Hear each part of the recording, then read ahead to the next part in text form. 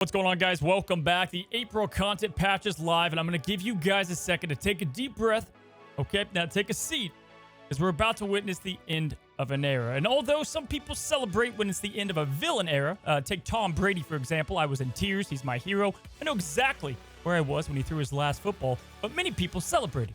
But they did understand the change and the impact of him being gone, and so is what's going to happen today in MarvelSnap. We have the end of two meta giants that is going to have a ripple effect across a ton of cards in MarvelSnap that are played on a daily basis. Now, listen, if you're not a Marvel fan and maybe you play MarvelSnap, you probably think, based on how iconic and important Zabu has been to the game, that the MCU movies are based all around him, right? Like, he's here on the Avengers. He's just important across all phases of the Marvel Cinematic Universe. And hell, I'm just saying this movie right here would be 100% on Rotten Tomatoes. But really, in reality, Zabu is a Marvel nobody. I had no idea who the hell the cat was, and still don't have a great grasp on his like actual lore.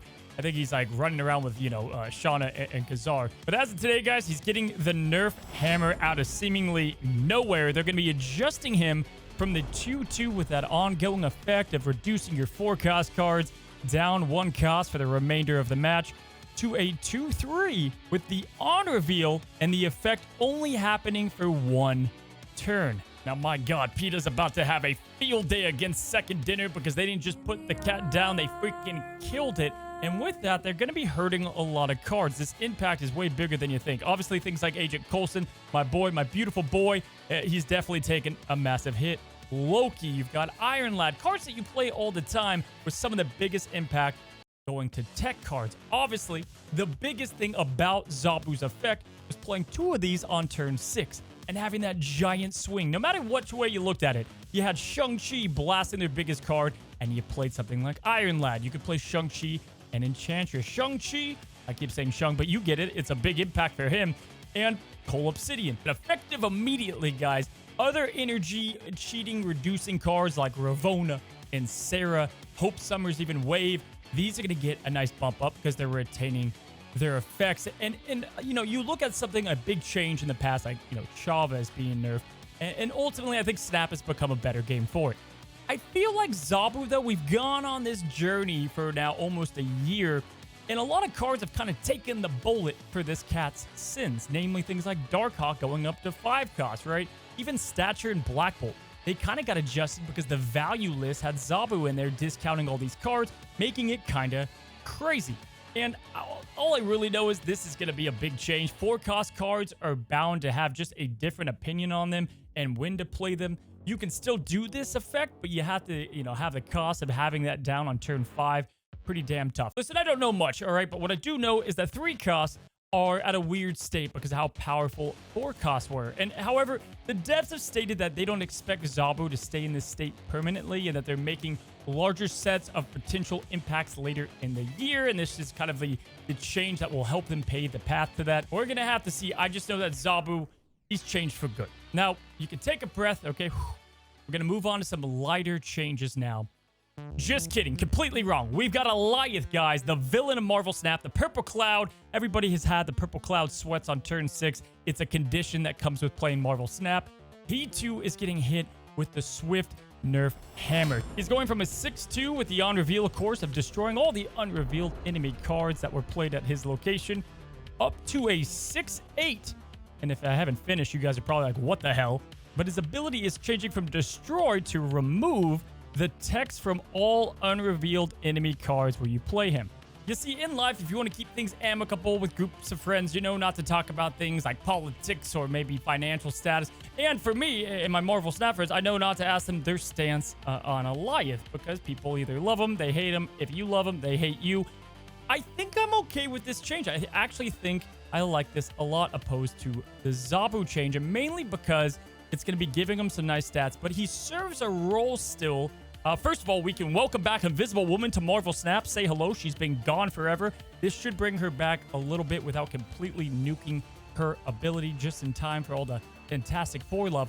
But also, he's still going to serve the role to kind of nuke these combo greedy decks, right? These turn 6 explosions, if you will. The Silver Surfer pop-off, Blob, Hela, Doctor Doom, Tribunal. All these are going to be terrible cards if Alioth can remove their text, right? But they keep their stats, and more importantly, they don't die. They're still in play. So your army of these small played cards that would all go poof for one purple cloud is still going to be there. On top of that, your kitty pride you've built up that you're afraid is going to die, still around, no problem. Magneto, Infinite, Sarah explosive plays as well. I do think this is going to be pretty nice. It's going to allow these cards to still counter him with the stats, but then they're giving him the stats to kind of make up for it. So you're going to have like Magneto or these, you know, like I said, Infinite, be able to win the lane still, or you're going to have Alioth get rid of all these crazy combinations that you can sniff out and see coming. Now, ultimately, this is one of those we're going to have to wait and see how big of an impact this is for a card like Alioth. All I know is even when I was playing them, I felt bad, you know, deleting their hard work. And I think you felt bad getting Alioth, right? That's now a word in MarvelSnap's dictionary.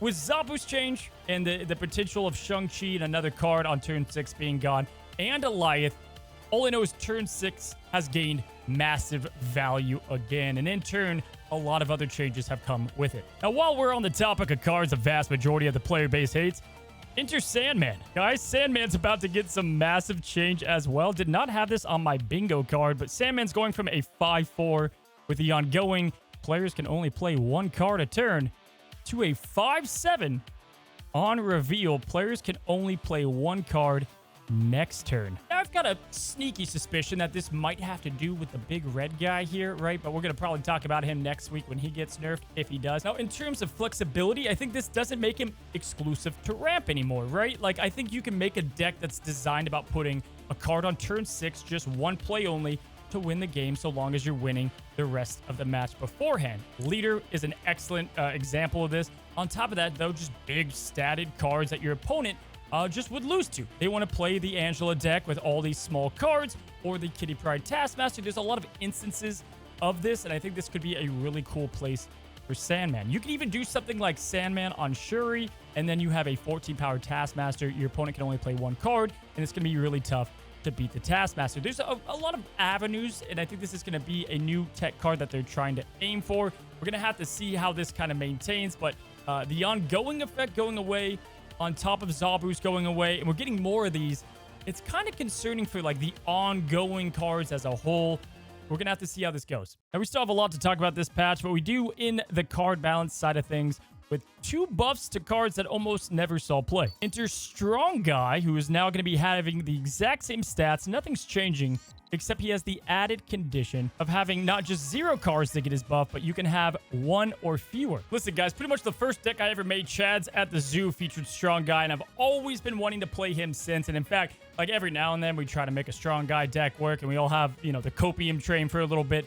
This should definitely help out cards in synergy with him, like Apocalypse or Dracula Dump, that really likes the way that Strong Guy is played out. You have a bit more forgiveness now by having 1 card left in your hand, and we could see him going for that 3/9, you know, risk-reward system and being played a bit more. Ultimately, I don't know if he'll be included all across decks, but it should at least make him a much more appealing option in those style of decks. Now, speaking of people that would kick my ass if I pissed them off enough, Lady Deathstrike is also getting a pretty cool change. As you guys know, she was a 5/4 on reveal. She would destroy each card here that was less power than her.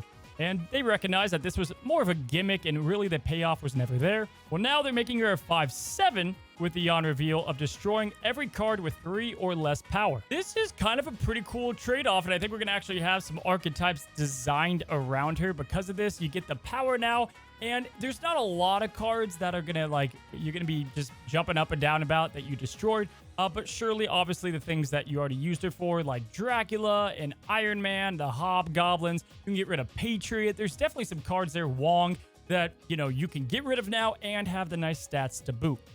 Cards like her and even Sandman to some extent, like, just didn't have enough power to their name, and this should help them get played a bit more overall. So from Zabu to Alioth to Sandman, Lady Deathstrike, Strong Guy, we've got a lot of notable changes this patch. However, we're not done yet, guys. We got some new features coming to the game, and probably the biggest one to talk about is they're already updating the custom border, the custom cards, and this is a huge win, guys. We were all clamoring for this but essentially it's going to change moving forward quite dramatically. First of all, any type of flare or like crackle effect or anything that you have on your cards, it looks like if you have it on one variant of, let's say, Captain America, you probably don't, no one's playing the card, but if you had it on Captain America, you can then put that exact same split style on any of the other variants, and this is awesome. The first kind of rendition of custom cards was cool, but it was okay. This is definitely going to make just having a cool variant that you want way better. I think this is definitely a 2 thumbs up win. Next up, we have a new cosmetic shop. I know we're all wanting to spend more money on Snap. Not really, but in gold, you can now buy cosmetic stuff. Titles, because we all don't have a million of those. Avatars, you can get emotes, which I'm most excited about. We'll see what emotes are dropped into there. Now with the new like gold pass, we're looking to spend gold more, so at least you can drop it there. So cool stuff if that retains to you.